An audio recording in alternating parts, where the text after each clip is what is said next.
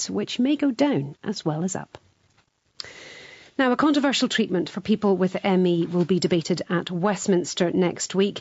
Patients with the condition say it makes them feel even more unwell. The £5 million scheme is part funded by the Department of Work and Pensions and has been condemned by some as deeply flawed and a textbook example of a poorly done trial. The debate at Westminster has been organised by Glasgow SNP MP Carol Monaghan, who's in the studio with us. We're also joined by Dr Vance Spence from Emmie Research UK. Good afternoon to both of you. First of all, Dr Spence, if I could just come to you. For people who don't know, explain exactly what Emmie is. Well, it's a chronic long-term condition affecting both muscle and brain. It's thought to start off, I mean, there are two types really, a sudden onset illness and a slow kind of burning illness.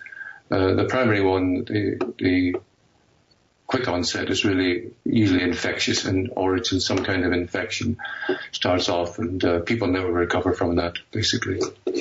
And do we know actually what causes it? Some people say that if you get a viral infection and then it lingers, but has that actually been proven? No, there is no known cause of Emmie as yet, and whether it's caused by an infection or some kind of persistent infection or recurring infection is unknown as yet.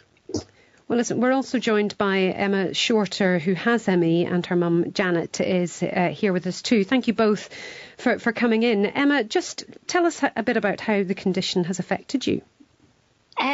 It's affected me. I originally got it when I was at university, and it meant I had to stop studying. I can no longer work, and I'm mainly cared for by my parents and mostly housebound. And without research being invested in treatment, I'm looking at the rest of my life like that. But we're hoping the Scottish Government will start investing in research and treatment for the disease. And when you first got ill, did you know what it was, or how long has it taken you to get to the point where you know it's ME?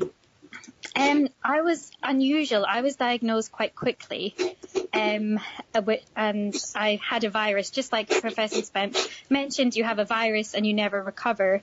And then I was given something called cognitive behavioural and graded exercise therapy, which I deteriorated while having. I found it very harmful, but was measured as recovered, and was blamed by the consultants and the physios who had given it to me for not improving.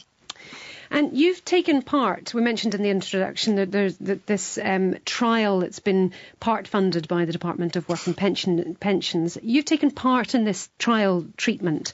What does it involve? It involves,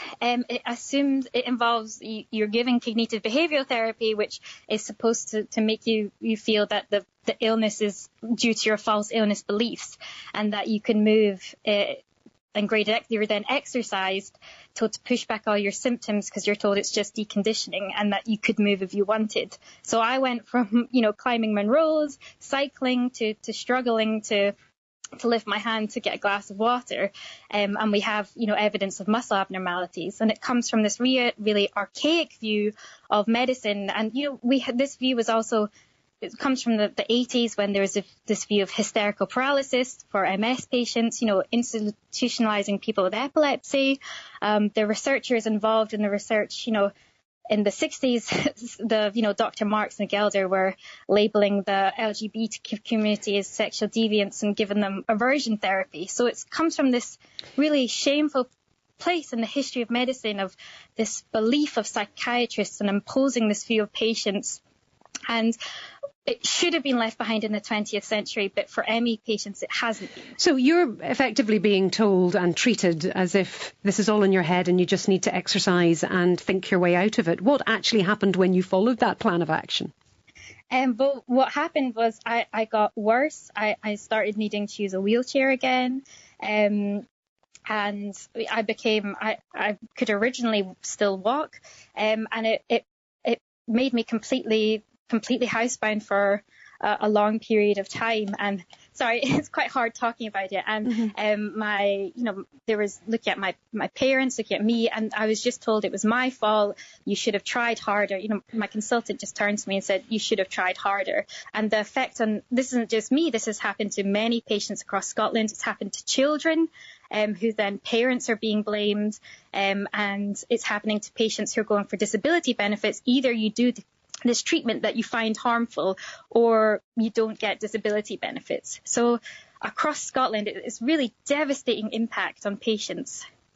Emma, I can hear that you are upset, and that more than that, you're angry. But your mum's here too. Janet, you had to watch all of this happen to your daughter. She got ill, and then she's treated like this, and this is what happens. Yes, it was really upsetting. Emma was diagnosed 5 years ago, and it's clearly changed her life significantly, and absolutely drastically. And as Emma says, she was made to feel that she was at fault for not trying hard enough. We were told, excluded from appointments with the consultant on the basis that we were confirming her false illness beliefs, as it's called. It was a really terrible time for us. And over the last 5 years, we've just tried to support Emma and tried different ways of helping her. And can I just bring in at this point the SNP MP Carol Monaghan, because Carol, you've introduced this debate, am I right, at Westminster that's going to happen next week, to look at the way people with Emmie are being treated.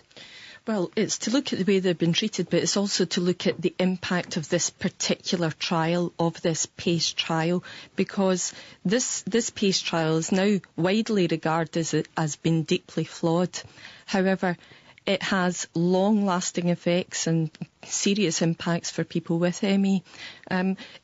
As Emma has already mentioned, it started off from a position of this being a psychological and not a physiological condition, which now we know not to be the case, but that the result of this trial is that people are still being pushed to do exercise, which is hugely damaging and actually causes their symptoms to get far, far worse. Well, listen, we got in touch with the government at Westminster this morning. A department for the Health Minister will be responding to the debate at Westminster next week. But in a statement this morning, the department told us NICE is undertaking a full review of its chronic fatigue syndrome and ME guidelines. This will give full consideration to the concerns about this PACE trial, as it's called, PACE, and will examine whether there are implications for current recommendations.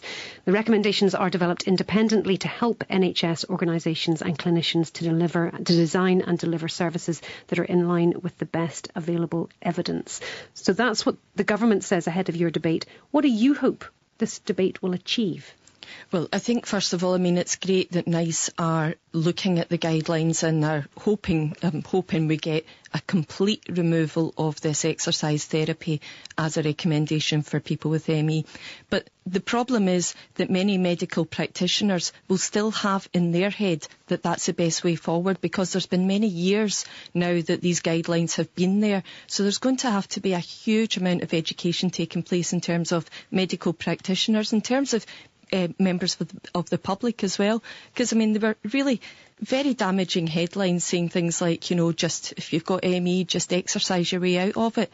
That's entirely unhelpful for somebody that's suffering from ME. So hopefully we'll increase awareness and actually get in place some decent guidelines for the treatment of ME.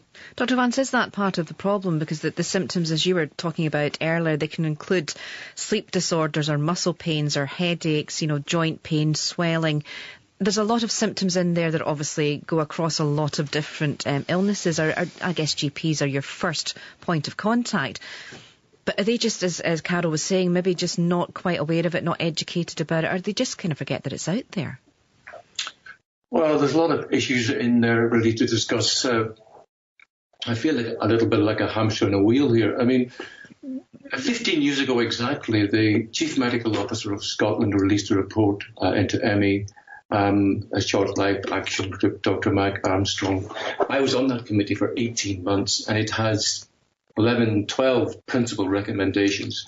Now, one of those recommendations has been acted on. Not one. Why is that, do you think? Politics, medicine, I would say, barriers from doctors to this illness. I think you only have to suffer from this illness. And I suppose I should declare a conflict of interest that I'm also a patient, and I've been a patient for over 3 decades. So it's a very long-term illness on my behalf. It's impacted greatly on myself, my family, my life, my working life, everything. I'm 69 years of age, and I haven't worked since I was 39, really. So huge impact. Why is it? Well, one of the great difficulties, and one of the things I thought that report would do, would be to set up several clinics throughout Scotland, possibly even one clinic, a central clinic, what we call a centre of excellence. And that would have started off the research process. What people don't realise about research is that you need a reservoir of patients from somewhere. You can't just get them off the street. And that's what's going on at the moment. People have to be recruited from various sources, like, for example, the internet support groups. We go to meetings and try and attract patients. There are no clinics in Scotland, not one. There's no resource in Scotland for any patient to be referred to. Let me then just put that, Vance, let me put it to Carol. I know that you're leading this debate at Westminster, but in Scotland, there isn't one specialist. At the moment, there's not a specialist clinic in Scotland for the treatment of people with ME. However, what I would say is this is not a Scotland-only issue. There are specialist treatment centres in England. However, people have not been sent there.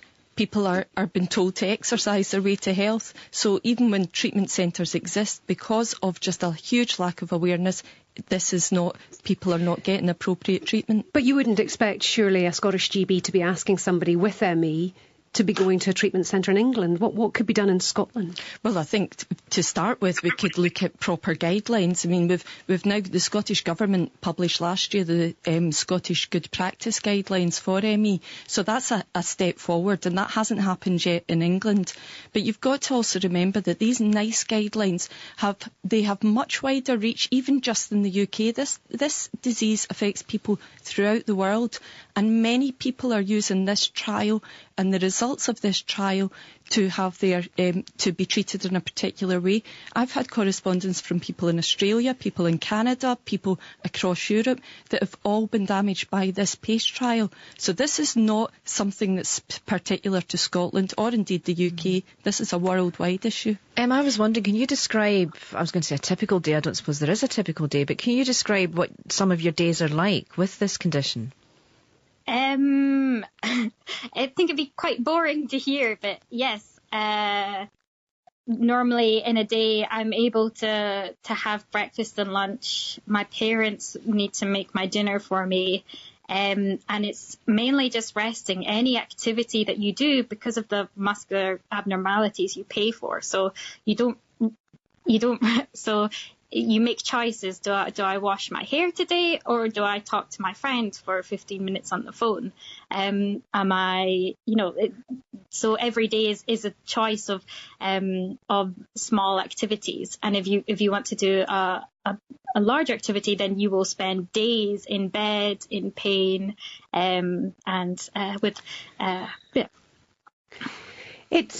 It must take an incredible toll on your mental health. I think for me, you have to learn to. It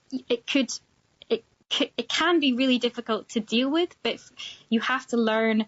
Your whole life just changes, and you have to take an enjoyment in the things you can do. Like, for me, if I can, make a cup of tea and have my breakfast, that's an achievement. And so it's a sort of about changing your perspective.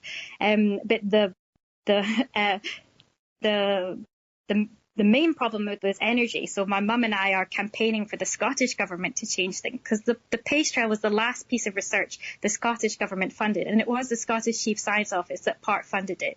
And the Scottish Good Practice Guidelines still include CBT GET. So my mum and several other patients, we are fighting to have the Scottish Good Practice Guidelines changed, as well as the NICE guidelines.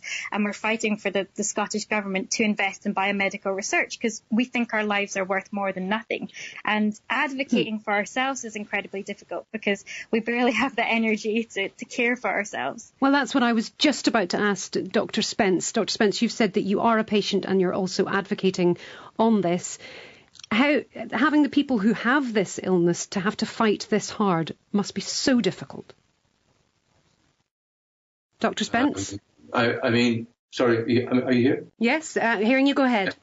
The problem with this illness, Emma talks about having research carried out, but there isn't any infrastructure in Scotland for research. For example, if any university medical school wanted to carry out research, they'd need a resource of patients. Well, there are no clinics. So where are you going to get the patients from?